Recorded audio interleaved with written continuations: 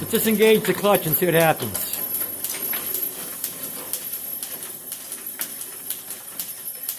And now engage it again before it stops.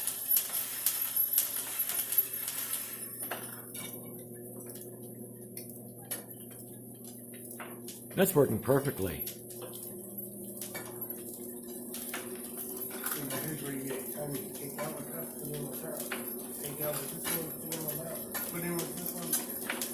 That's very good.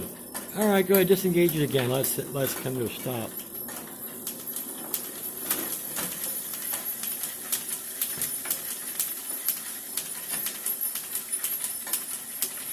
Excellent.